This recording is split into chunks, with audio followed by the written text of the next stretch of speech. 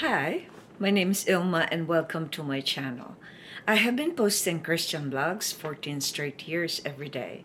Today I'd like to share Leviticus 19 verses 9 to 18. Here's the word of God. When you reap the harvest of your land, you shall not reap your field right up to its edge, neither shall you gather the gleanings after your harvest. And you shall not strip your vineyard bare, neither shall you gather the fallen grapes of your vineyard. You shall leave them for the poor and for the sojourner. I am the Lord your God.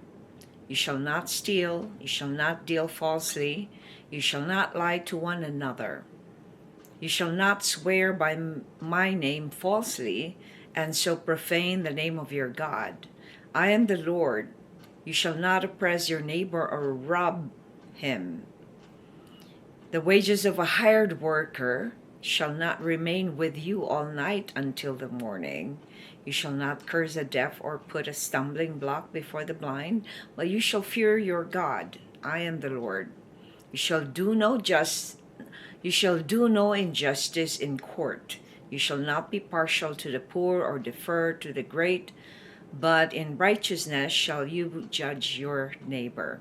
You shall not go around as a slanderer among your people, and you shall not stand up against the life of your neighbor. I am the Lord.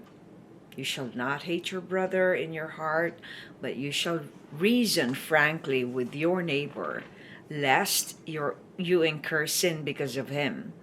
You shall not take vengeance or bear a grudge against the sons of your own people, but you shall love your neighbor as yourself. I am the Lord. Leviticus 19, 9 to 18. Here's my poem. What loving your neighbor is. If you are a child of God, you will love your neighbor. You will think of others' welfare and help them prosper. You will not take advantage of them or steal from them. You'll give them what they deserve and never delay your help. To love your neighbor is to never be impartial towards them. You must treat them fairly and do your best to show justice. Never revenge or bear a grudge against one another. God has loved you, so make sure you pass on this love to others. Here's my commentary. Some scholars believe that the book of Leviticus was written by Moses, but some claim that it may have been a compilation of ancient laws. If you know the Lord your God, you will probably recognize that his voice, that this is the voice of God talking through Moses about what his law of loving your neighbor actually means. By giving detailed examples of how this law looks like if followed, we get a clear picture if we are truly going to follow this law of love. In verses 9 to 10, Moses talks about leaving some of their harvest for the poor to glean on or gather from. According to sources in ancient times, gleaning is a mandated agricultural practice of leaving leftover crops in the fields, vineyards or orchards for the widows, the orphans, and foreigners to collect. It only shows their love and concern for those who are unable to provide themselves because of their status in life. Verse 11 mentions stealing and lying and not deal falsely with each other. Verse 12 talks about not taking God's name in vain. Verse 13 speaks about oppression, and verse 14 is not cursing others but fearing the Lord. This account also mentions injustice, slandering, hating, and avenging. This is an explanation of the 10 commandments of God given to Moses. Reflection. What among the prohibitions in this account have the world taken for granted? I think we live in a very corrupt world, and with all the things that are happening in our world today, all the wars, all the injustice, all the hate crimes, I would say that there is no obedience to the word of God. There's no obedience to the laws of the Lord that is given to most of his people. Of course, we know that there are Christians who truly follow the law of the law of love.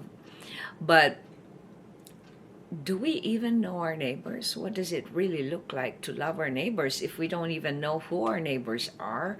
We don't even talk to them. We don't do favors to them, or we don't even see them. So how could that be love?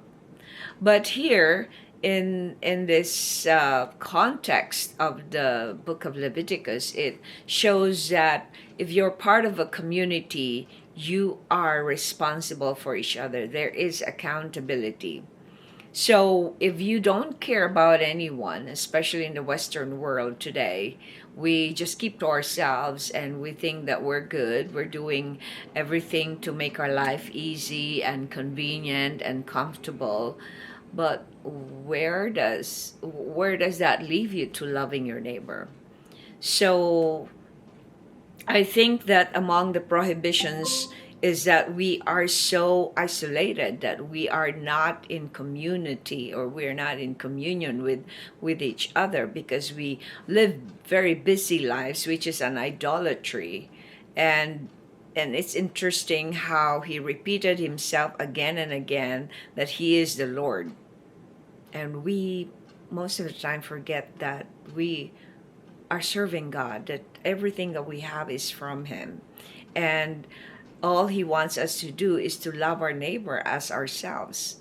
But it is very hard to do that when we are so busy and we're so preoccupied with all the things that we need to do.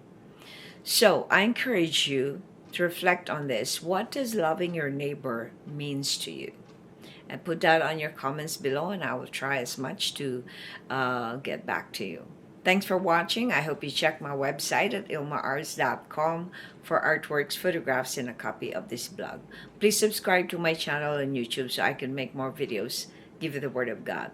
And if you haven't already, check over 4,000 videos I've done over the years I've been doing this daily. Just type on YouTube or Google search ILMA'S Poem Devotional. You have a wonderful day.